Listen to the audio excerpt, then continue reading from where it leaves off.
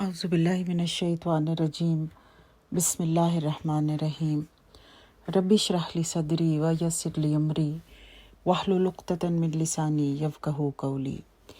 We start with verse 77 of Surah Al-Furqan.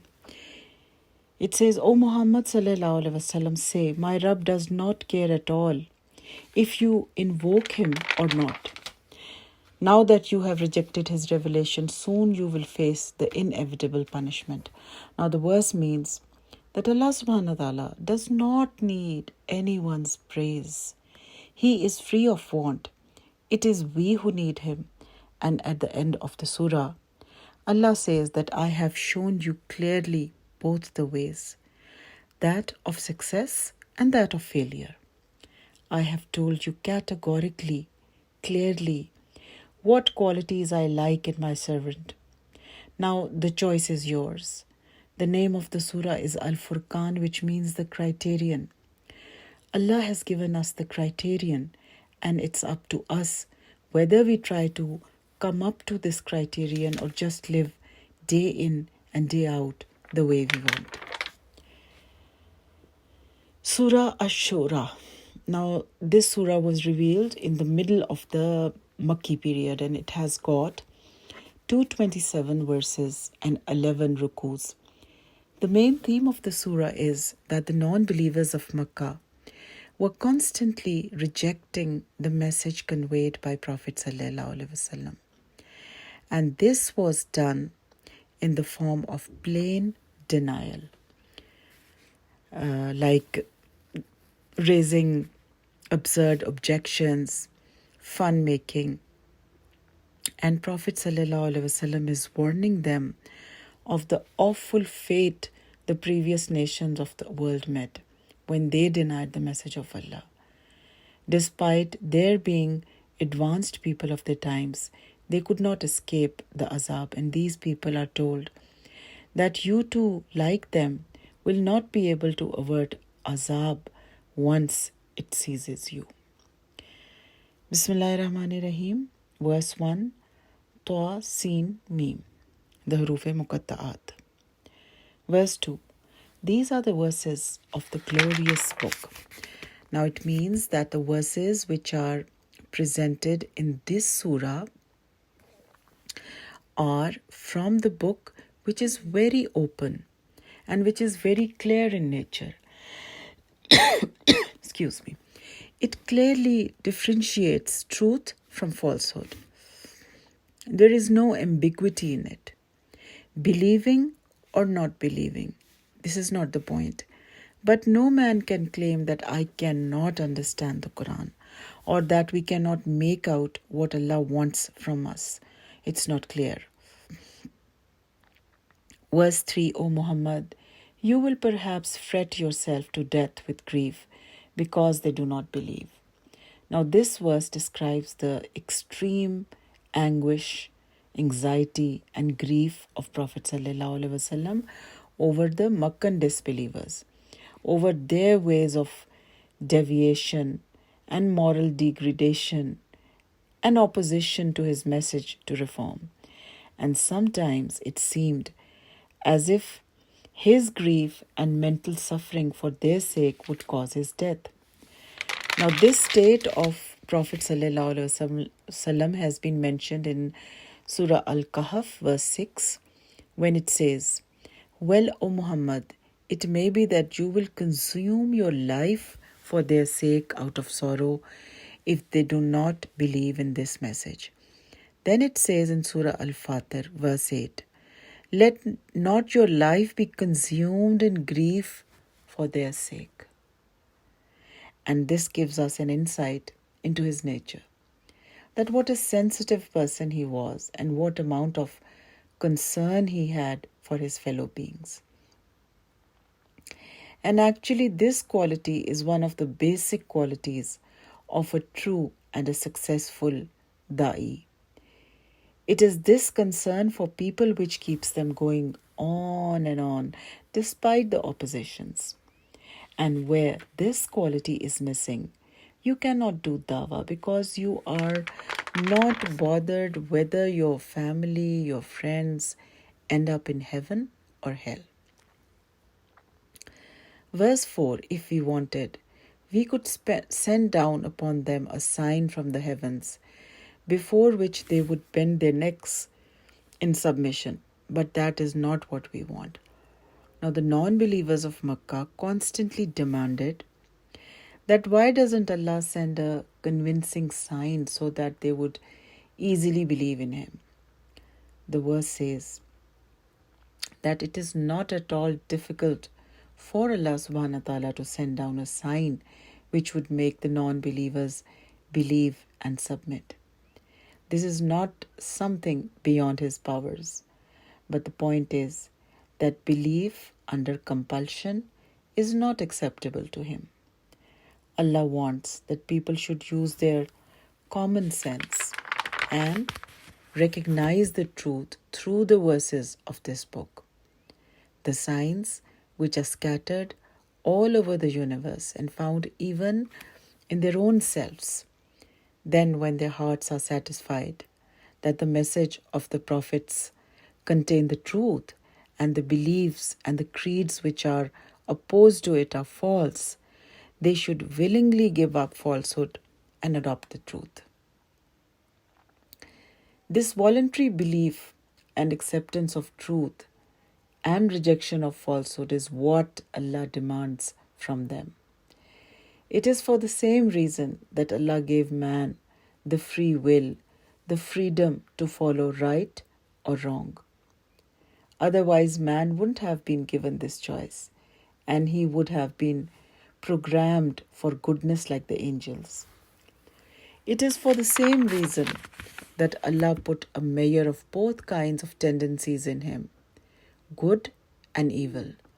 He can nurture anyone he wants to, and it is for the same reason that shaitan is given respite.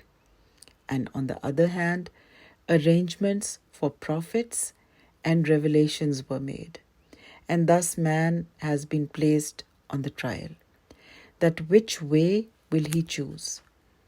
Now this topic has been taken up in Surah Yunus, verse 99, Surah Hud, verse 118. Verse 5, they have been turning their backs on each fresh warning that comes to them from the compassionate Allah. Now the problem with these people is that they don't want to believe. And when this sort of an approach becomes someone's attitude, there is nothing, simply nothing that can convince him. Any warning, any sign. And they just turn their backs to it. Imagine yourself trying to convince someone, and he says that I just don't want to listen to you, whatever you are saying.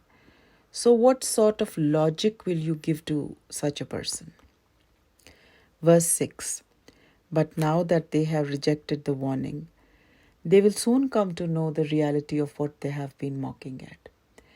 Then what else do?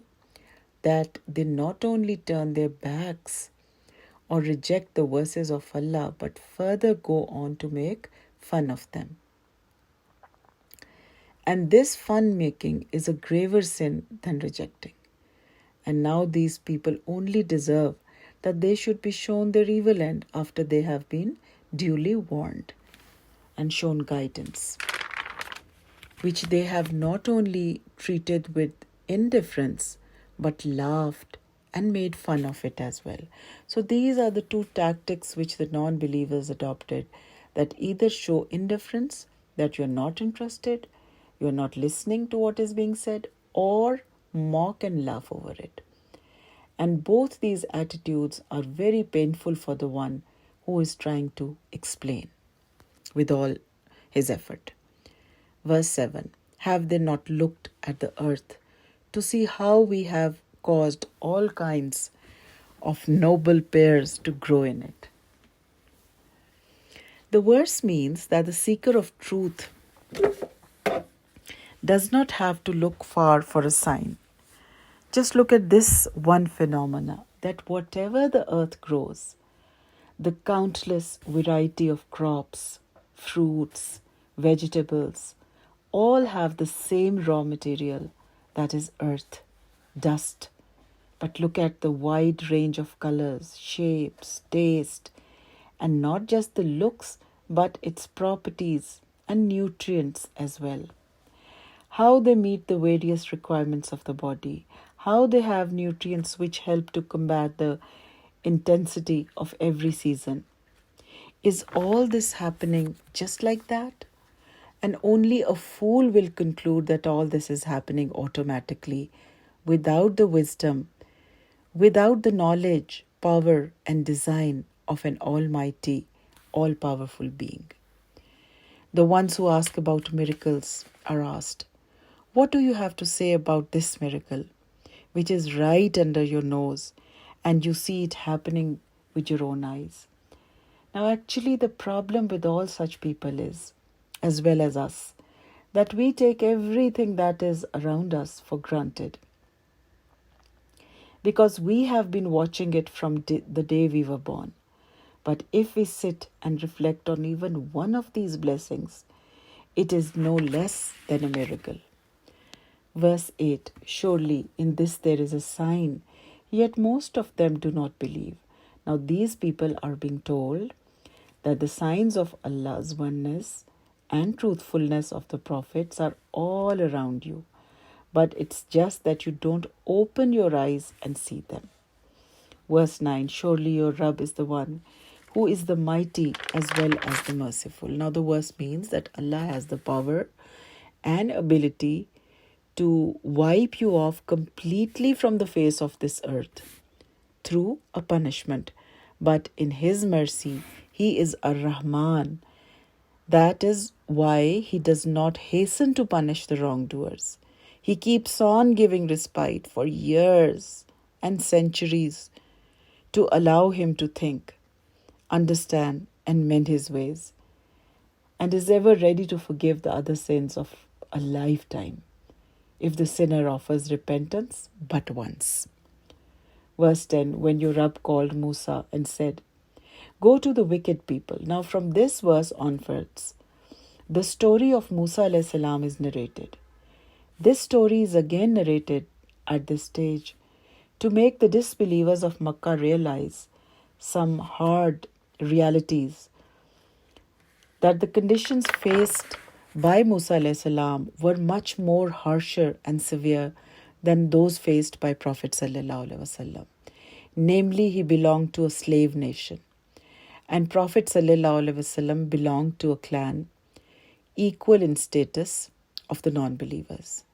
Musa alayhi salam had been brought up in the house of Furqan, and after remaining a fugitive for 10 years due to a charge of murder, he was commanded to go before the same king from whom he had fled for a life.